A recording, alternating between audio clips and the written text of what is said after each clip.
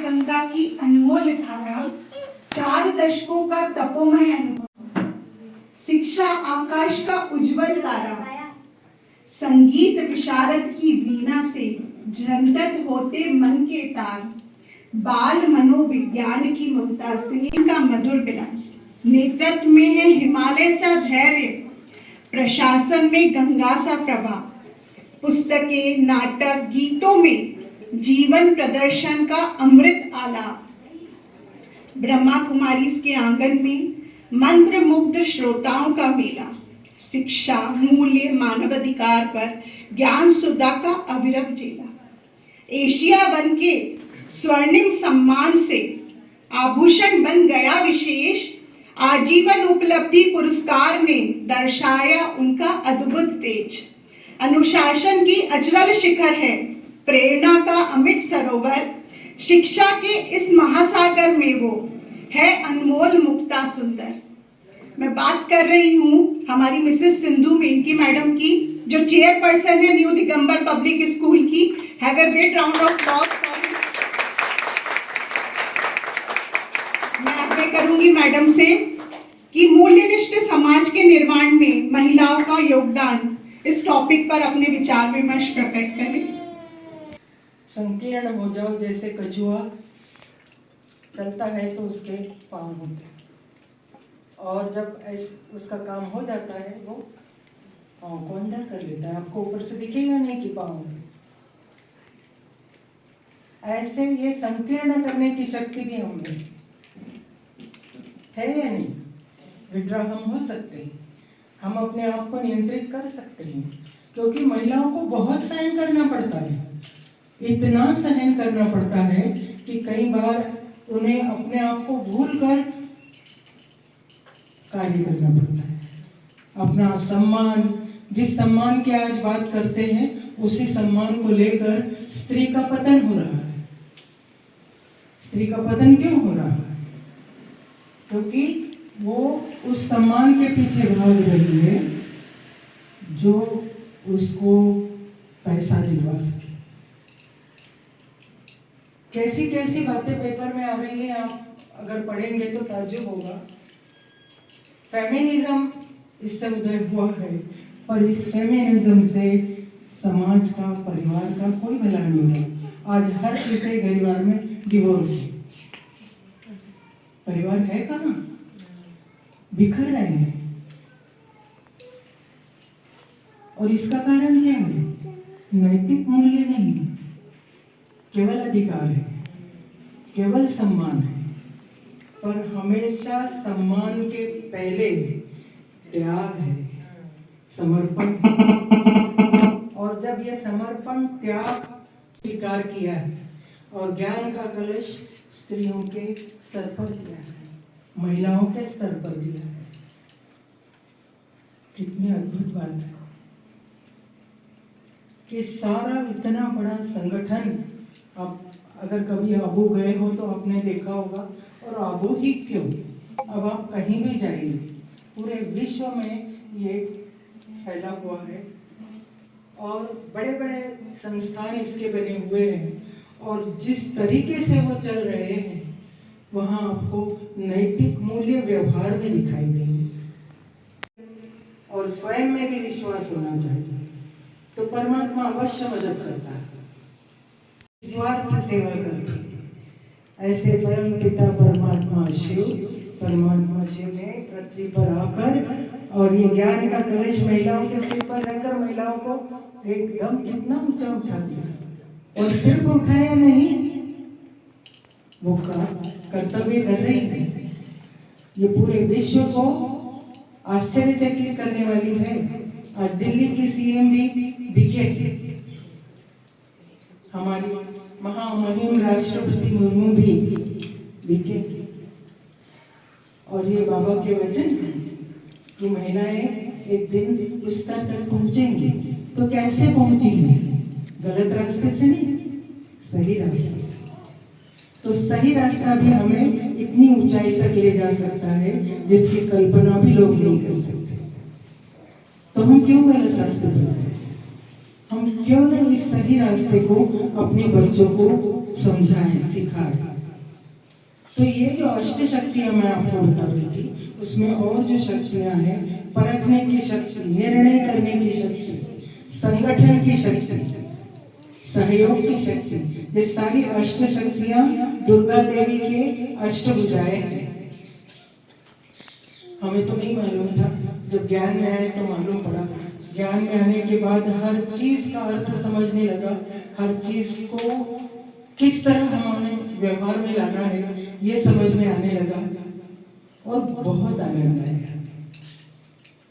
मैं आप सबके लिए ये ईश्वर से कामना करती हूँ कि आप सबको भी ये आनंद आए, ये महसूस हो कि हम जो परंपरागत करते आ रहे हैं उसका कोई अर्थ हम तो भूल चुके थे, हमें नहीं मालूम, पर परमात्मा ने आकर एक एक छोटी छोटी बातों का भी रहस्य अर्थ समझाया है।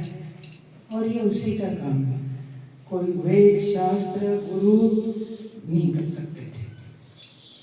तो मैं आप सब महिलाओं से अनुरोध करूंगी कि आप सब महिलाएं इन अष्ट शक्तियों को समझें, नैतिक मूल्यों को समझें, गुणों को समझें। 36 गुण मिलाते हैं हम शादी के समय। क्या है वो 36 गुण? किसी को नहीं मालूम। मालूम है? नहीं मालूम। वो पंडित बोल देगा 10 गुण मिल रहे, 12 गुण मिल रहे, कर दो।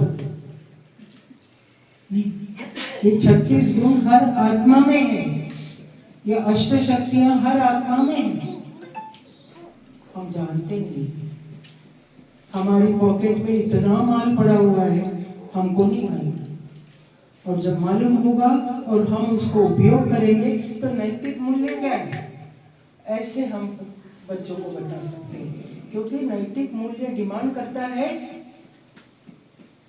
आदर्श, उनके सामने आदर्श होना चाहिए। मैं कहूं चोरी नहीं करना और मैं खुद चोरी करूं तो वो आदर्श नहीं हो सकता। मैं कहूं कि सत्य बोलो बच्चे और झूठ मैं बोलती रहूं तो बच्चे को सत्य कभी नहीं आएगा। तो हम सबको मॉडल बनना है। पहला स्व परिवर्तन।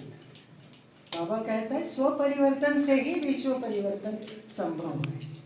तो यदि नैतिक मूल्य लाना है तो वो नैतिक मूल्य हम में होना चाहिए, और वो अगर हम में आते हैं तो हमारे बच्चों में, हमारे परिवार में आके रहेंगे, दृढ़ हमने रहना है।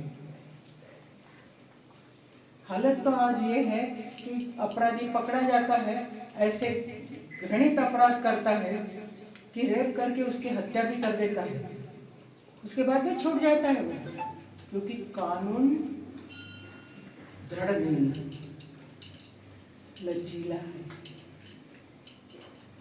काम करने वाले लोग पैसे खाकर उस कानून को खत्म कर देते हैं, इसलिए उस कानून की कोई मर्यादा ही नहीं रही। समाज में नैतिक मूल्य आएंगे कहां से? ऊपर से नीचे तक सभी अनैतिक। ऐसी स्थिति में ये बीड़ा हम लोगों ने ही उठाना चाहिए। महिलाओं ने ही उठाना चाहिए।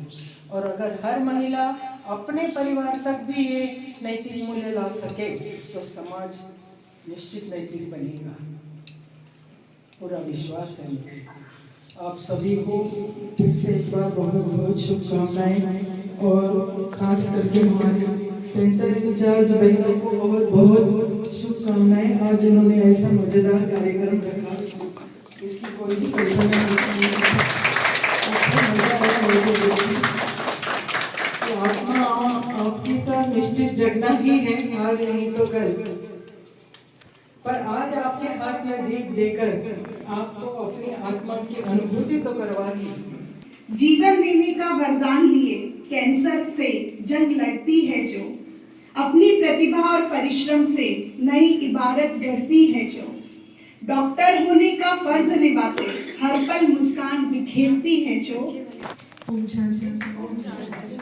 सबसे पहले तो हैप्पी वुमेन्स डे फॉर सब लोग। बहुत ही अच्छे लग रहा है ये राउंड पहन के, और एक अच्छी सी फीलिंग आ रही है देख के कि सब लोग बहुत ही जैसे दिखने चाहिए वैसे दिख रहे हैं, ऐसे दिखते नहीं पर ऐसे ही दिखने चाहिए। मैं साइंस सब्जेक्ट से हूँ और पहली बार इस तरह के किसी टॉक में मतलब मैं बोलने जा रही हूँ। थोड़ा बहुत बार मैडम ने इतना अच्छा बोला, मैं सोच नहीं पा रही थी कि ये कैसे बोलना है और इसमें यहाँ पर क्या बोलना है। पर मैं ज़्यादा प्रैक्टिकल बात करूँगी। मैंने बहुत सारी बातें करी, यहाँ पूजा होती है, वहाँ पूजा होती है। हम में से किसने पूजा होते देखी है? मैं खुद काम करती हूँ, हमें पता है ना हम रोज़ कितना संघर्ष करते हैं। ये 8 पूजा 8 शक्तियाँ सिर्फ एक संघर्ष की शक्ति है जिससे हम रोज़ अपने आप को जिंदा रखते हैं। नहीं, हर रोज़ एक नया चैलेंज होता है। घर में काम वाली नहीं आई, बच्चा स्कूल नहीं जा रहा, आज बच्चे के एग्जाम है, आज हॉस्पिटल के लिए लेट हो गई, या आज ज़्यादा पेशेंट हो गए, घर जाने में लेट हो गई, या आप लोग आज देर हो गई सुबह उठने में, अब आगे का कैसे काम होगा। हर रोज़ एक नया संघर्ष है। कॉलेज जाना है, आज क्लास नहीं लगी, आज किताब नहीं मिली, आज पेन नहीं दे पाए, बहुत सारी चीज़ें हैं। उतना आसान नहीं है जितना आसान सभी लड़कों के लिए कि आज किताब नहीं मिली दूसरे से लेके बैठते हैं। लड़कियों के लिए उतना ही मुश्किल होता है। एक छोटी सी चीज़ के लिए भी लड़कियों को इतनी ही फाइट करनी पड़ती है, जो कि हमें लगता है कि वो कोई सोच नहीं पाता। ठीक है, हम समाज पर सफर करते हैं, इसमें टॉपिक है योगदान। मेरे ख्याल से योगदान नहीं है, सिर्फ महिलाएं ही समाज बनाती हैं। अच्छा बुरा जैसा भी बन पाता है वो हम ही बनाते हैं। क्योंकि मुझे अपने परिवार में तो ऐसा कोई मेल नहीं दिखता जो मेरे बच्चे को गढ़ रहा हो। आपको लगता है जो भी हम अपने बच्चे को समझा रहे हैं वो हम ही समझा रहे हैं? ऐसा लगता है कि मेरे से सिखाते हैं कुछ नहीं। बच्चों को पापा लोग कितना सिखाते हैं, सिर्फ कुछ के रखते थे, हाँ बेटा ये चीज़ ये कर लो, ये कर लो, ये कर लो। पर मुझे ऐसा लगता है कि मूल्य सिखाने के समय, डांटने के समय माएँ ही नजर आती हैं, और इसीलिए हमेशा बुरी भी माएँ ही बनती हैं। नहीं, मैं चाहती हूँ ये इंटरेक्ट कर रहे हैं, मैं आप लोगों से भी सुनना चाहती हूँ, क्योंकि मेरे लिए भी ये पहला इस तरह का आध्यात्मिक जिसे कह सकते हैं टॉक है। मैं मानती हूँ हम सब लोग रोज ही संघर्ष करते हैं, लेकिन इस मीटिंग से, इस डे से हम ये जरूर सीख सकते हैं कि हमारी आने वाली जनरेशन जो ये बच्चियाँ हैं ये सब फेस नहीं करें। उनके लिए हम एक ऐसा समाज तैयार करके दें कि जहाँ पर इनको रोज एक संघर्ष ना करना पड़े, इनको वो सपोर्ट सिस्टम मिले, चाहे वो समाज का हो, चाहे वो परिवार का हो, जो शायद हमें उतने अच्छे से नहीं मिला भी, तो शायद हम उस चीज़ को अवेल नहीं कर पाते, क्योंकि हमें उस तरह का कल्चर नहीं दिया गया कि हम अपने हस्बैंड को बोले कि तुम भी थोड़ा सा काम कर लो। बोलते हैं क्या? वो करना भी चाहते हैं तो हम अक्सर मना कर देते हैं, क्योंकि हमने अपनी माँ को ये करते हुए नहीं देखा। तो हमें ये बहुत सही तरीके से देखना कि मूल्य हमें देने हैं, लेकिन समय के हिसाब के मूल्य देने हैं, कुछ चेंजेस भी लाने हैं। ऐसा नहीं है कि हम सिर्फ हमेशा पीछे हटते रहेंगे और हमेशा ही हम दुखी होते रहेंगे, लेकिन हमें ऐसे मूल्य अपने बच्चों को भी देने हैं कि वो आगे बढ़ के महिलाओं की मदद करें, उनके लिए अच्छा सोचें। और जब अपनी बेटियों को भी ये मूल्य देने हैं कि भाई जब कोई सामने वाला मदद करने आ रहा है तो उससे मदद ले ले। ये नहीं कि ये तो हमारी मम्मी ने नहीं किया तो हम कैसे कर सकते हैं। ये बहुत ज़रूरी है कि हम ये मूल्य तो समझें कि हमें क्या देना है, पर वो ज़रूरी नहीं कि जो हमें हमारे पापा ने मम्मी ने सिखाया वही हम अपने बच्चों को भी सिखाएं। समय के साथ उनको भी आगे बढ़ना सिखाएं और नैतिकता के साथ सिखाएं। ये बहुत ज़रूरी है कि वो अच्छे इंसान बने। सबसे पहले मैं अपने बेटे से भी यही बात करती हूँ, कुछ करना है नहीं करो, लेकिन एटलीस्ट रात को नींद अच्छी आए ऐसे काम करो। चाहे कैसे भी करके आओ, तुम्हारे पास पैसे भी कम रहे वो ज़रूरी नहीं, पर काम ऐसा करो कि तुम रात को सो सको, वो बहुत ज़रूरी है। क्योंकि अगर हम अपने आप को, मैं कैसे सिखाती हूँ, मैं अपने आसपास बहुत लोगों को देखती हूँ, बहुत सारे अलग अलग तरह के प्रोफेशन के लोगों को देखती हूँ, अपने मरीजों में भी बहुत लोगों को देखती हूँ कि जो ऐसे बुरे लोग नहीं हैं, लेकिन एक बड़ी कॉमन कंप्लेंट होती है, हम सो नहीं पाते। क्यों नहीं सो पाते? इसलिए थोड़ी कि फिजिकली कोई प्रॉब्लम है। जिस दिन आप अपने मन से शांत जाएंगे, अपने मन के हिसाब से काम करेंगे, ऐसा काम करेंगे जिसमें किसी का मन ना दुखे, आप अपने से सोएंगे अच्छे से। आपकी हमेशा कहीं भी बैठे बैठे भी आप सो सकते हैं। और यही मैं अपने बेटे को भी सिखाती हूँ कि भाई जो भी करो, ना करो, इतने पैसे ना कमाओ, लेकिन एटलीस्ट ऐसा कोई काम नहीं करो जिससे किसी का मन दुखे। मूल्य जरूरी नहीं है कि वही मूल्य हैं जो कई पीढ़ियों से हमारे साथ चले आ रहे हैं। मूल्य हमको समय के साथ बदलने तो पड़ेंगे, लेकिन उसमें ये ध्यान रखना है कि बच्चे नैतिक रहें, सही रास्ते पे चले, किसी छल कपट के रास्ते पे ना चले। और उसके लिए सबसे बड़ी बात जो मैडम ने बोली कि हमें ही मॉडल करना पड़ेगा। और हम छोटे छोटे एक्शंस में ही वो सब चीज़ें दिखा सकते हैं अपने बच्चों को कि कैसे करना है। कोई भी सामान इधर से उधर नहीं लेना। एक बच्चा एक दिन इरेजर, पेंसिल कुछ भी एक्स्ट्रा ले आए, ध्यान रखें वापस कर दें, क्योंकि वहीं से वो शुरू हो जाता है। कल मैं एक पेपर में पढ़ रही थी, तो उसमें ऐसा लिखा था, किसी साइकोलॉजिस्ट का इंटरव्यू था, कि हम वहाँ से बच्चे को झूठ बोलना सिखा देते हैं जब हम बोलते हैं कि ये टीका लगेगा लेकिन तुम्हें दर्द नहीं होगा। तो वो जो दर्द से बचाने का हमारा जो झूठ बोलने का जो हमने सिखाना शुरू किया, उसको पता चल जाता है मम्मी तो झूठ बोलती है, दर्द तो हुआ है ना। वो पहले दिन से जो हम शुरू कर देते हैं कि हमने उसको झूठ बोलना सिखा दिया या उसको दर्द से बचने के तरीके सिखा दिए, वो गलत है। ऐसा उसमें मैंने जब पढ़ा तो मुझे भी ऐसा समझ में आया कि शायद हम भी ये समझ नहीं पाए थे। ये छोटी छोटी सी चीज़ें हैं जो हम अपने बच्चों को सिखा सकते हैं, आगे की लाइफ उनके लिए इजी बना सकते हैं, और उनके लाइफ में जो आने वाले लोग हैं उनके लिए भी इजी। मतलब एक तरीके से एक समाज, एक कोऑपरेटिव ऐसा सहयोगी समाज बना सकते हैं। आज हो सकता है हमारे लिए समाज उतना सहयोगी ना हो, हमें हर जगह लोग ढूंढने पड़ते हैं जो हमारे जैसे सोचते हैं या जो हमें हेल्प कर सकें, लेकिन हम चाहेंगे कि आगे का जो समाज बन के आए वो ऐसा आए जहाँ पे लोगों को ढूंढना ना पड़े, सब एक दूसरे की मदद करने वाले हैं, सहयोगी समाजों जैसा मैडम ने बोला वैसा समाज बन के आए। और वो हमारा ही काम है, हम ही कर पाएंगे। मुझे पता है हम सबके पास बहुत सारी जिम्मेदारियाँ हैं, कई बार ऐसा लगता होगा हम ही क्यों करें या हम क्या क्या कर लेंगे। मुझे भी कई बार ऐसा लगता है कि मैं क्यों समझाऊँ, मैं क्यों बुरी बनूँ, मैं क्यों किसी को सही समझाऊँ। फिर समझ में आता है और कोई नहीं है समझाने वाला, ये हमें ही करना पड़ेगा। और हमारे पास कोई ऑप्शन नहीं है कि हम सोचें कि हमारे ऊपर वाली जनरेशन समझा दे तो बच्चे वो भी नहीं सुनेंगे। आज के बच्चों को हर चीज़ का लॉजिक चाहिए, हम वही सिखा सकते हैं जिसका एक लॉजिक हमारे पास हो। तो इसलिए लॉजिक समझाना भी बहुत ज़रूरी है। जब हम मूल्य सिखाने जाएं तो हमें पता होना चाहिए कि जब वो पूछेगा क्यों झुक के पैर प्रणाम करना है, खड़े खड़े क्यों नहीं प्रणाम कर सकते, तो हमारे पास एक होना चाहिए कि जब हम धरती से लगते हैं तो हमें उसकी एनर्जी मिलती है। इसलिए हर एक छोटी चीज़ के लिए उनको लॉजिक चाहिए होता है, और जब हम मूल्य सिखाएं, अगर हम लॉजिक के साथ सिखाएंगे तो सभी को सीखने में आएगा।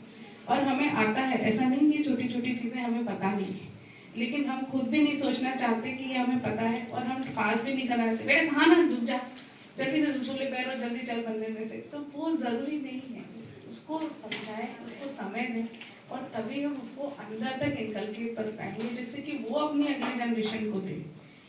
क्योंकि एक समाज आज के लिए क्रिएट करना हमारे लिए ज़रूरी नहीं है, हम ऐसा समाज चाह रहे हैं जो पीढ़ी दर पीढ़ी चलता रहे। तो उसके लिए जब तक वो बच्चे अंदर से नहीं समझेंगे, वो उस चीज़ को एक्सेप्ट नहीं करेंगे। ये वो जनरेशन नहीं है हमारी तरह की, मम्मी ने बोला घर बैठ जाओ तो हम घर बैठ जाते, ये वैसा टाइम नहीं है। अब हमें ऐसा है कि हर चीज़ का लॉजिक देना है, हर चीज़ को एक्सप्लेन करना है, और तभी बच्चे मानेंगे। तो थोड़ा सा धैर्य रखें, थोड़ा पेशेंस रखें, और उन सभी को वो समय दें जो उनको चाहिए। मूल्यों को उतनी दूर तक ही खींचें जहाँ तक आपको ये समझ में आता है कि आगे की जनरेशन में ये चल पाएंगे। जो टेक्नोलॉजी, जो साइंस की जो एक लिविंग आने वाली है, जो एक फास्ट लाइफ आने वाली है, उसमें जो मूल्य चल पाए, घर में अंधेरा होने के पहले अंदर घुसने वाले मूल्य अब नहीं चल पाते हैं। तो इसलिए जितने ही मूल्य खींचे जाए, जितने कि हम प्रैक्टिकली उसको अप्लाई कर पाएँ, प्रैक्टिकली फॉलो कर पाएँ। मैं इतना ही बोल पाऊँगी, बाकी मुझे लगता है आप सब लोग सभी को समझते हैं, ज़्यादा समझाने की ज़रूरत है नहीं मुझे। Thank you so much. Thank you doctor ma'am. आपने बहुत ही खूबसूरत शब्दों में छोटे छोटे से चीज़ों से लेकर हम कैसे अपने बच्चों को अपने उनके बड़े होने के संस्कार तक कैसे अपना मूल्यनिष्ठ समाज तैयार कर सकते हैं, बहुत ही खूबसूरत पंक्तियों में आपने बताया। और मैं 2 लाइन में इसको सिर्फ इतना ही कहूँगी, कभी बेटी कभी बहू और कभी माँ बनकर सबके ही सुख दुख को सहकर अपने सारे फर्ज निभाती है, तभी तो नारी घर की लक्ष्मी कहलाती है। एक माँ ही है जो अपने बच्चों को संस्कार देती है, और जब बच्चों को बचपन से ही वो जो संस्कार जो मैडम ने बताया अगर वो दे तो आज वो घर की लक्ष्मी कहलाने लग जाएगी। अद्भुत शक्ति डॉक्टर स्वाति की होम्योपैथी की राह पर चलकर रोगों को हराती है। महिला दिवस पर हर मरीज की पीड़ा को पल में मिटाती है। नारी शक्ति का ऐसा उदाहरण है डॉक्टर स्वाति, जिनकी सेवा हर दिल में उम्मीद जगाती है।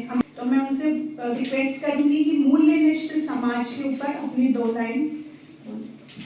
मैं भी जब उनका फ़ोन आया तो मैंने सोचा जाऊँ या नहीं जाऊँ, क्योंकि मेरा पहला प्रोग्राम था, ऊपर से एज इट इज़ बच्चे की रिस्पॉन्सिबिलिटी।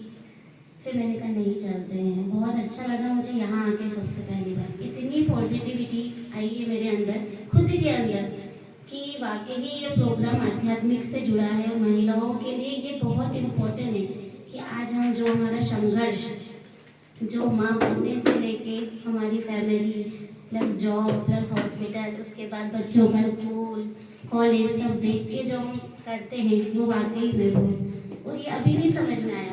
जब हम माँ बने तब हमें समझ में आया। पहले हम अपनी माँ को बोल देते थे नहीं मम्मी आप मत रोको मत करो, पर जब हम खुद माँ बने तब हमें अपना संघर्ष समझ में आया कि वाकई में महिलाएं बहुत संघर्षशील होती है। हमारे देश में झांसी की रानी, पद्मावती, ऐसे बहुत बड़े एग्जाम्पल्स दिए गए हैं जिन्होंने अपनी संघर्ष अकेले ही लड़ा और उन्होंने पुरुष को आगे बढ़ाया और बचाया भी। मौत के मुंह से बचा के महिला लाती है, और इतना संघर्ष है जीवन में उनके कि आप सोच भी नहीं सकते। आज मैम प्रिंसिपल है, आज उनका संघर्ष भी बहुत अलग था। मैम कैंसर हॉस्पिटल की हैं। मैम ने भी जो अपनी लाइफ में अप एंड डाउन सब देखते हुए फिर भी एक अपना स्टेबिलिटी बना के रखी है अपनी जगह कि नहीं उन्हें संघर्ष करना है। वैसे मैं हर महिलाओं को बोलूँगी कि सबसे पहले हमें पढ़ाई करना बहुत जरूरी है।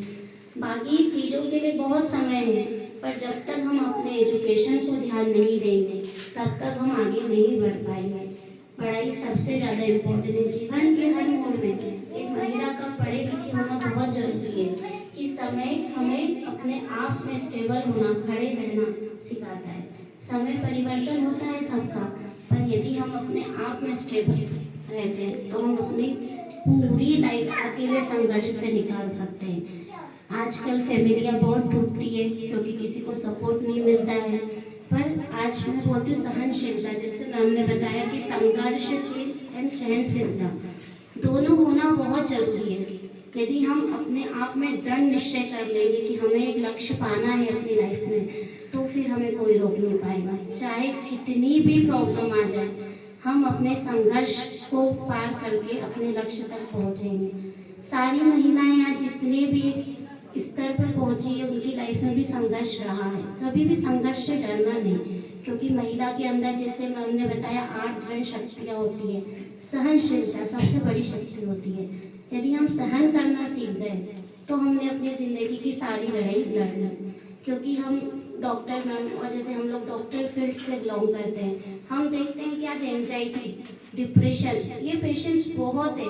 छोटे बच्चे डिप्रेशन में आ गए, बच्चों को हार्ट अटैक आ रहा है। क्यों आ रहा है? सहनशीलता।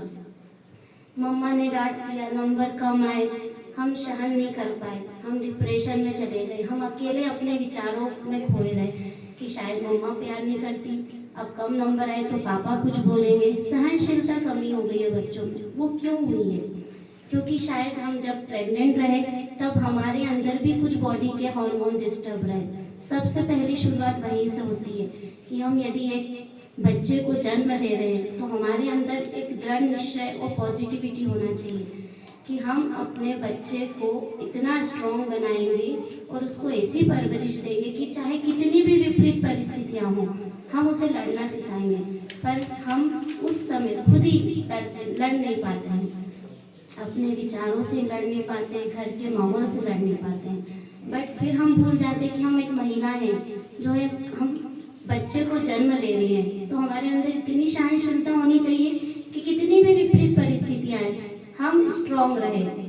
हम स्ट्रॉन्ग रहेंगे तो सब चीज़ें आसान हो जाएगी, क्योंकि महिला के अंदर बहुत सहनशीलता, कार्यों को समझने की, डिसीजन लेने की सब शक्ति उसी में होती है। पुरुष भी उन्हीं से पूछ के डिसीजन लेता है कि आप क्या करें, क्योंकि उन्हें पता है कि वो जो बताएंगी वो 80% बिल्कुल सही रहेगा।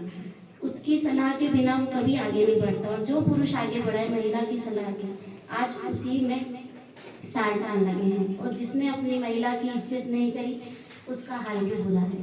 तो मैं यही बोलूँगी आप सभी को कि सबसे पहले एक अच्छा एजुकेशन पढ़ाई करें, सहनशीलता रखें, आगे बढ़े, क्योंकि हमें झांसी की रानी आजकल खुद ही बनना है, क्योंकि हमें बिगाड़ने वाले बहुत मिलेंगे। हम क्यों ऐसे समाज का निर्माण कर रहे जिसमें सुसाइड हो रहा है, वो इसीलिए क्योंकि हम सहनशीलता नहीं रख पा रहे हैं, हम समझदारी नहीं रख पा रहे हैं, और इसी के कारण सारी बीमारियां हमारे अंदर आ रही है। हम डिप्रेशन में जा रहे हैं, एंजाइटी आ रही है, हेयर फॉल हो रहे हैं, फिर आगे चल के बहुत बड़ी बीमारी। सबके पीछे एक रीज़न है एंजाइटी। तो सबसे पहले एंजाइटी का निवारण सहनशीलता है। आप सभी महिलाओं से मेरी यही रिक्वेस्ट है, जीवन में बहुत सारी कठिनाइयाँ आएगी, पर हमारे अंदर सहनशीलता सबसे पहले लानी है। और हमारे बच्चों को सबसे पहले मैं परवरिश बेटी से ज़्यादा बेटों को देने के लिए बोलूँगी कि आज हमको बेटों पे ज़्यादा ध्यान लगाना है। बेटों को अच्छी परवरिश देंगे तो वो महिलाओं का सम्मान देगा। महिलाओं को सम्मान सबसे पहले शुरुआत बेटे से ही होती है। यदि वो अपनी माँ की इज्जत करेगा, बहन की इज्जत करेगा, तो डेफिनेटली वो बाहर भी सब लोगों की इज्जत करेगा। तो घर से ही शुरुआत करें, अपने बेटे को ऐसे संस्कार दें कि सबसे पहले वो अपने संस्कारों को समझे, सबको मान सम्मान दे, उसके बाद आगे की वो खुद यदि घर में ऐसा माहौल देखेगा तो वैसे ही सीखेगा। तो सबसे अनुरोध है कि सबसे पहले अपने बेटे को संस्कार दे। बेटियां तो है ही, बेटियां बेटे दोनों को संस्कार देना जरूरी है, पर शुरुआत बेटे से करें, उसके बाद बेटी पर, क्योंकि बेटी तो भगवान ने इतनी सहनशीलता दी है कि बचपन से उसको 2 परिवारों की जिम्मेदारियों के साथ आगे बढ़ाया है कि आप दोनों घरों की लक्ष्मी हो। एक घर के बिना आपका घर नहीं चलता और दूसरे घर की लक्ष्मी हो, तो आप दोनों को ध्यान रखो। तो महिला के अंदर ईश्वर ने, भोलेनाथ ने अपने गंगा जी को सर पे बिठाया था, इतना सम्मान शिव ने दिया गंगा जी को, तो हम खुद अपने आप को पहले सम्मान दें, दूसरों की जरूरत भी न पड़े कि हम अपने आप की रिस्पेक्ट करें पहले, कि हम अपने आप की इज्जत और रिस्पेक्ट करेंगे तो अपने आप सामने वाला हमारी इज्जत करेगा। तो अपने आप को स्ट्रॉन्ग बनाएं, सहनशील बनाएं और दृढ़ निश्चय बनाएं, एक संकल्प के साथ आगे बढ़े कि हमारे जीवन में जो संकल्प है उस तक हमें पहुंचना है। रास्ते में कठिनाइयाँ आएगी, पर हमें अपना संकल्प और लक्ष्य निर्धारित करना है कि हमें कहाँ तक पहुंचना है।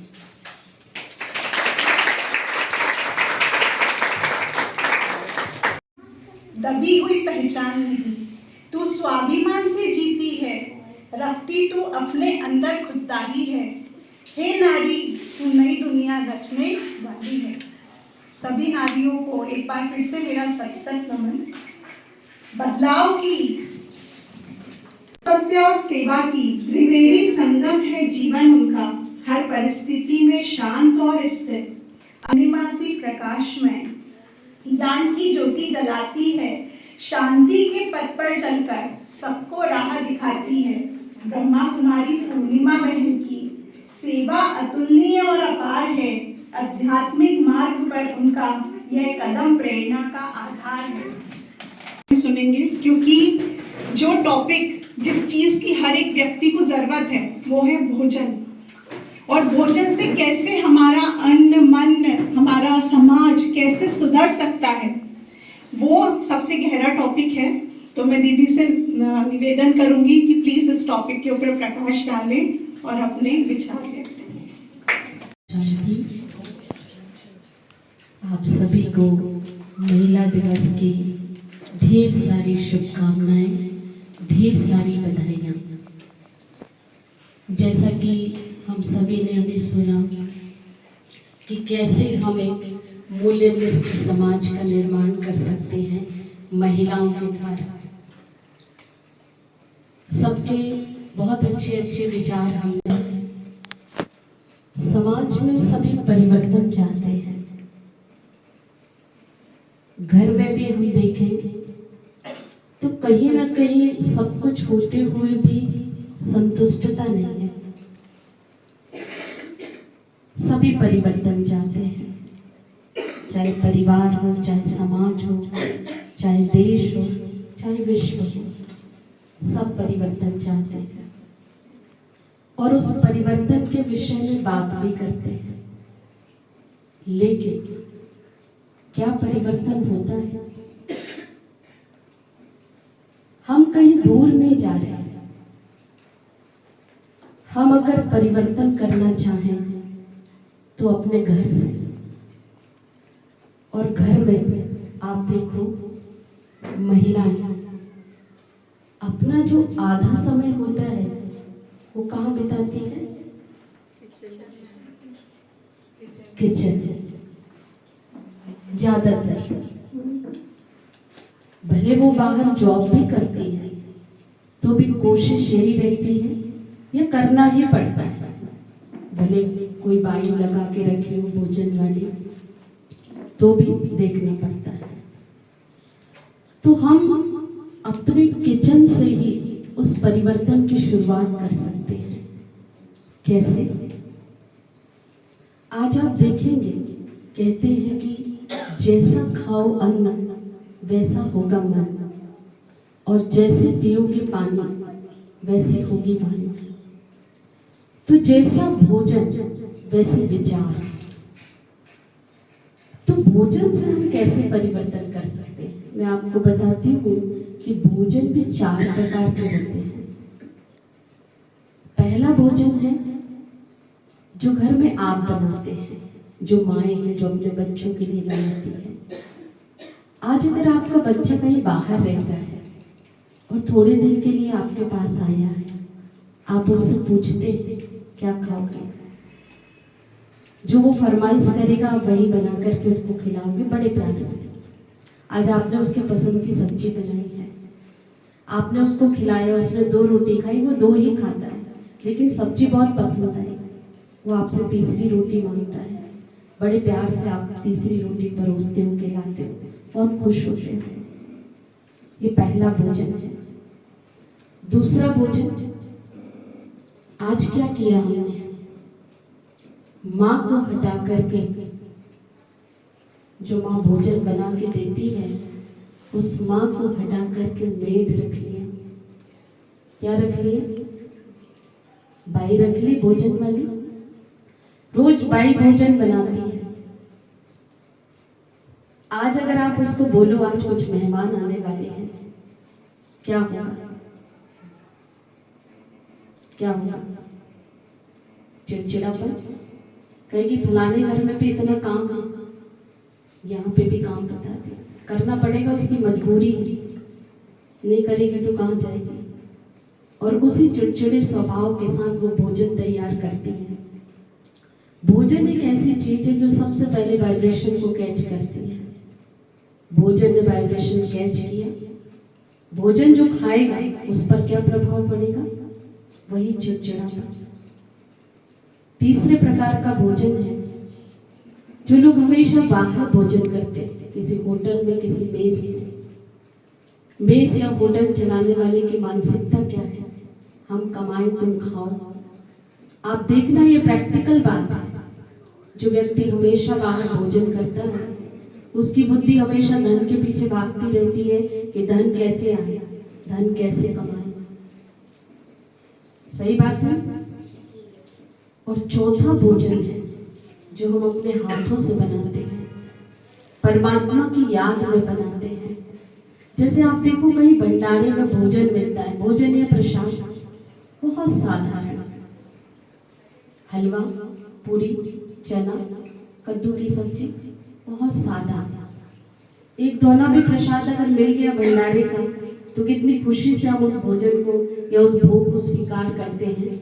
और एक दोना भी मिल गया और 4 लोग अगर मिल गए, एक ही दोना है तो बांट के खाते हैं और खाने के बाद कितनी खुशी होती है।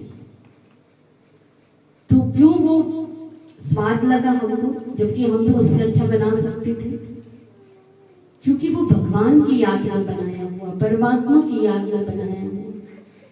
तो हम इन चारों भोजन में से कौन सा भोजन ग्रहण करते हैं?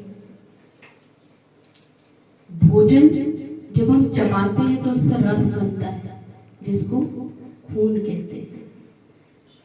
खून हमारे मस्तिष्क में जाता है और हमारे मस्तिष्क में रहती है आत्मा, जो कि सोचने का काम करती है।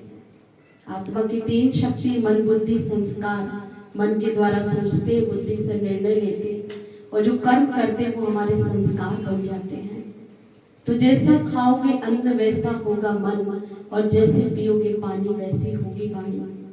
तो जैसा खाएंगे वैसे ही तो विचार होंगे। आज खाते भी क्या है? बच्चे घर में भोजन नहीं करना चाहते, कहते हम तो बाहर से खा के आएंगे, बाहर ज्यादा स्वाद लगता है। तो अगर हम अपने घर से परिवर्तन की शुरुआत करें, और उसके लिए पहले दूसरों को परिवर्तन करने के पहले स्वयं को परिवर्तन करना पड़ेगा, स्वयं के विचारों को परिवर्तन करना पड़ेगा। और विचार परिवर्तन कैसे होंगे? मेडिटेशन के द्वारा, योग के द्वारा। शरीर का योग तो हम करते हैं, सभी करते हैं, अपने अपने घरों में सब करते होंगे, लेकिन आत्मा के लिए क्या करते हैं? शरीर को चलाने वाली शक्ति, जो एनर्जी है, जो आत्मा है, जो कि सोचने का काम करती है, उसके लिए क्या करते हैं? तो हर एक अगर घर की जो महिला है वो अगर अपने विचारों को परिवर्तन करे, शुद्ध विचारों को धारण करे, और उस शुद्ध विचार के साथ अगर भोजन को तैयार करे, तो उस भोजन को खाने वाले पर भी वैसा ही प्रभाव पड़ेगा, जिससे एक श्रेष्ठ जो विचार है या जो परिवार है, श्रेष्ठ परिवार का निर्माण होगा। तो हमको अपने को परिवर्तन करने की आवश्यकता है। किसी को दूसरे को परिवर्तन करने की बात नहीं कि पड़ोसी परिवर्तन हो जाए, लेकिन स्वयं को परिवर्तन करना पड़ेगा। और स्वयं का परिवर्तन कैसे होगा? योग के द्वारा। योग कौन सा? आत्मा का संबंध परमात्मा के साथ, जिसको मेडिटेशन कहते हैं। और मेडिटेशन करने के लिए हमको जो प्रजापिता ब्रह्मा कुमारी ईश्वरी विश्वविद्यालय में 7 डेज का कोर्स कराया जाता है, उसमें ये सिखाया जाता है कि आप भोजन को कैसे शुद्ध कर सकते हैं। जैसे मेरे साथ डॉक्टर मैडम बैठे हुए हैं, आपको पता होगा कि एक रिसर्च में पता चला है कि कुछ समय के बाद आप हर घर में एक कैंसर का पेशेंट पाएंगे, क्योंकि हम जो भोजन खा रहे हैं, क्या खा रहे हैं? केमिकल। ना तो अनाजों में कोई हर चीज में मिलावट है, चाहे दूध में देख लो, चाहे फल में देख लो, चाहे सब्जी में देख लो, हर चीज में मिलावट है। तो कैसे हम भोजन को शुद्ध कर सकते हैं? ये यहाँ साप्ताहिक कोर्स जो कराया जाता है, उसमें आपको भोजन को कैसे शुद्ध करना है ये भी सिखाया जाता है। तो जब आप उस वाइब्रेशन के साथ भोजन को तैयार करते हैं, तो जब उस भोजन को जो भी ग्रहण करते हैं आपके परिवार के लोग, तो धीरे धीरे जो है परिवार परिवर्तन होगा, उनके विचार परिवर्तन होंगे, परिवार से समाज बदलेगा और समाज से देश बदलेगा और देश से धीरे धीरे पूरा विश्व परिवर्तन हो जाएगा। तो एक से ही एक को बदलना, स्वयं को बदलना, और स्वयं को बदलने से ही विश्व स्वयं परिवर्तन हो जाएगा। ठीक है? ओम शांति। आप सभी को महिला दिवस की ढेर सारी शुभकामनाएं, बधाई। इनके लिए ना करो समर्पित सिर्फ एक दिन, नारी को करो नमन प्रतिदिन।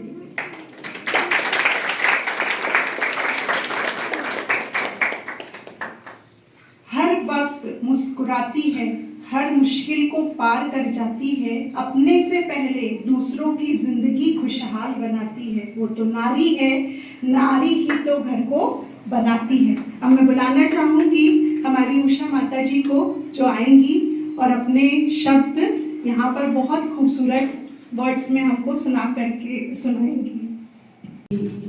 बहनों को, सभी माताओं को, सभी को महिला दिवस की हार्दिक शुभकामनाएं। और नारी के सम्मान में जयशंकर प्रसाद की एक रचना है, उसके कुछ बोल हैं जो आपके समक्ष प्रस्तुत कर रहे हैं। क्या कहती हो ठहरो नारी, संकल्प सृजन से अपने, तुम दान कर चुकी पहले ही जीवन के सोने से सपने। नारी तुम केवल श्रद्धा हो, विश्वास रजत नगपद तल में, पीयूष स्रोत सी बहा करो जीवन के सुंदर समतल में। देवों की विजय दानवों की, हारों का होता युद्ध रहा, संघर्ष सदा और अंतर में जीवित रहे नित्य विरुद्ध रहा। आंसू से भीगे अंचल पर, आंसू से भीगे अंचल पर, मन का सब कुछ रखना होगा। तुमको अपनी स्मृत रेखा से यह संधि पत्र लिखना होगा, यह संधि पत्र लिखना होगा, यह संधि पत्र लिखना होगा। ओम शांति।